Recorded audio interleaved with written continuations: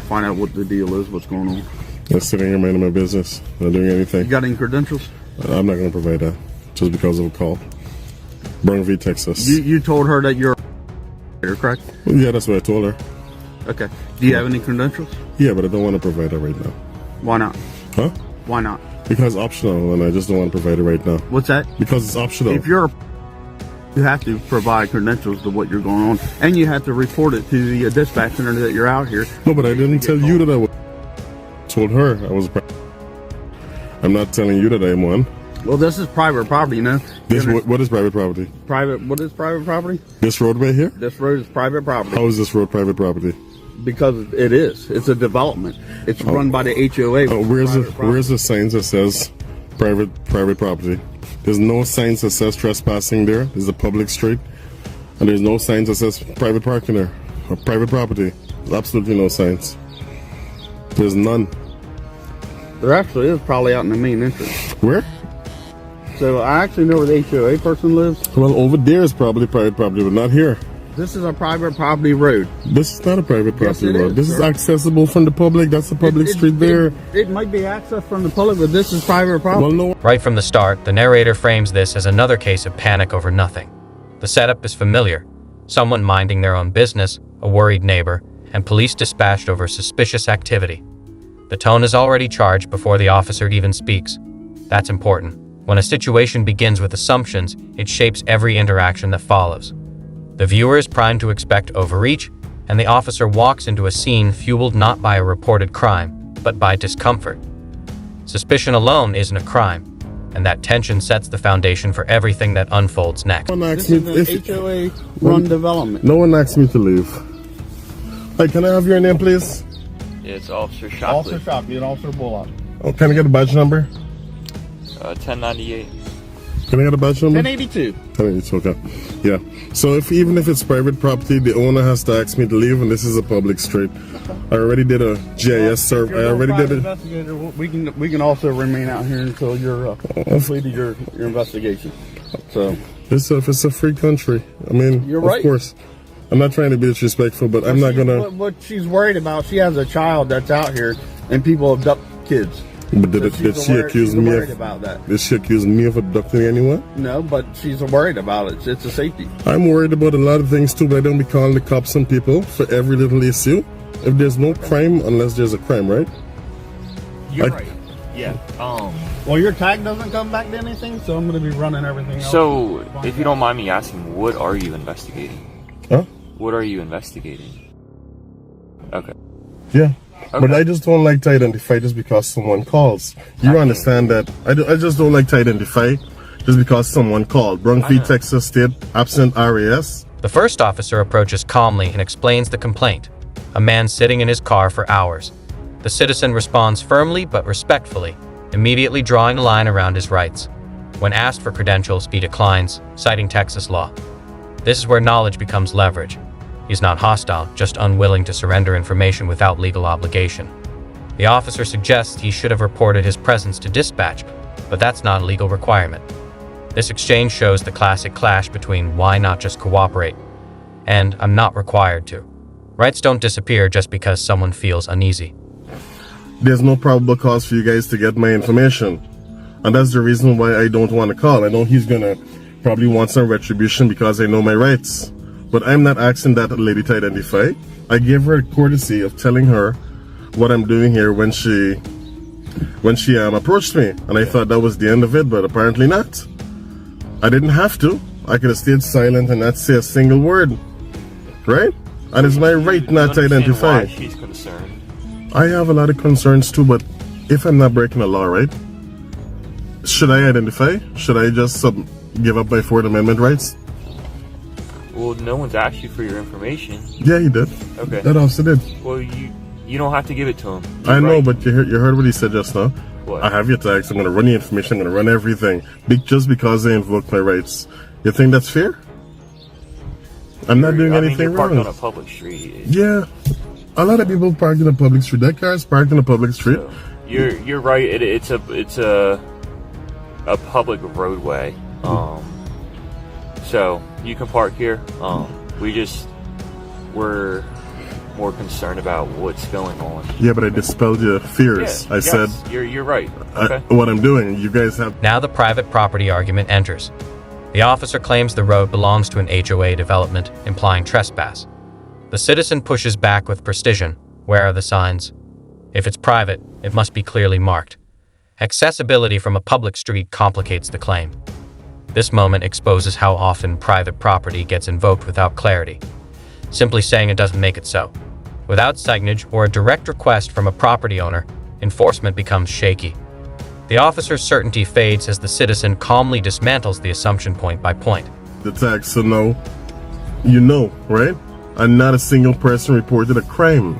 They're just a suspicious car. Suspicion is not a felony or a misdemeanor. Yeah, I know. Right? That's why we made contact with you. Exactly. And I'm talking to you, right? I didn't have to say a word. I could have just stayed silent the entire time, but I'm not that type of rude person who just doesn't say anything. We're all humans, right?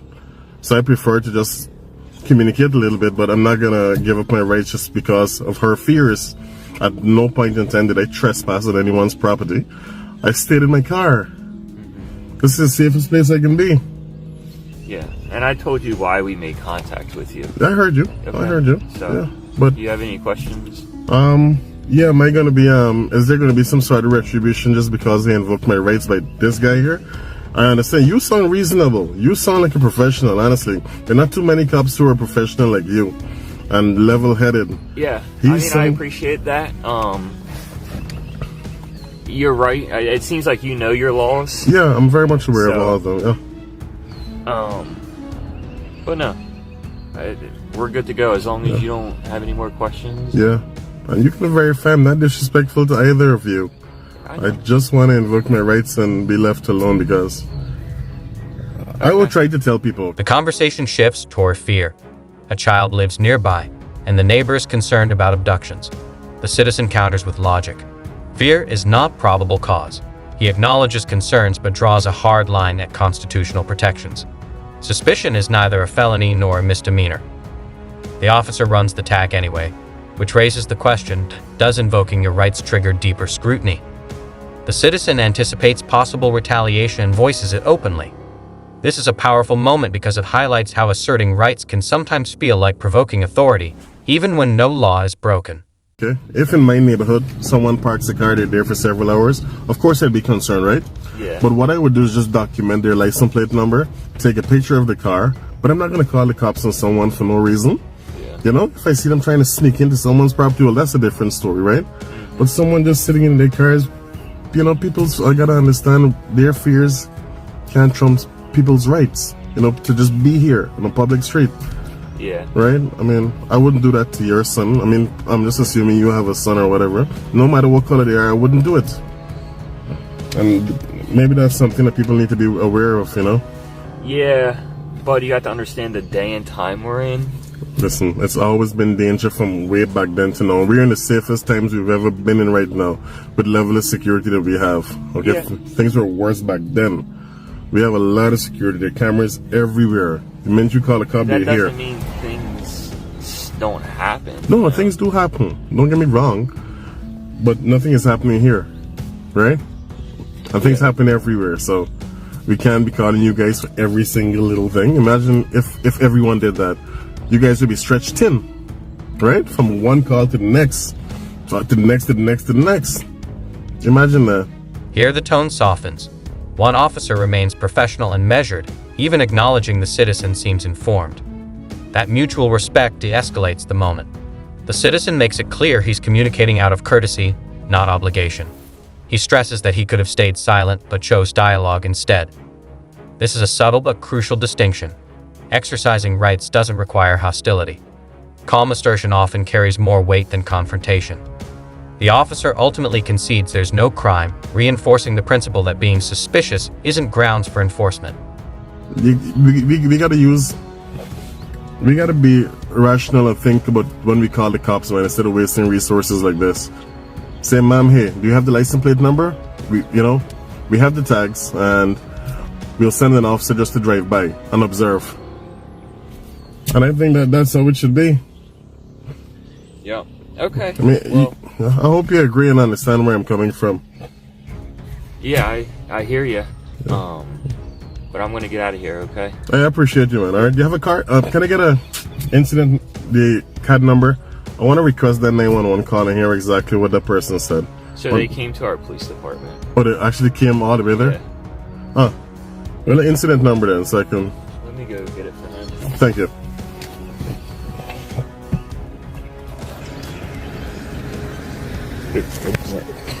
All right. 24. All right, thanks for your professionalism.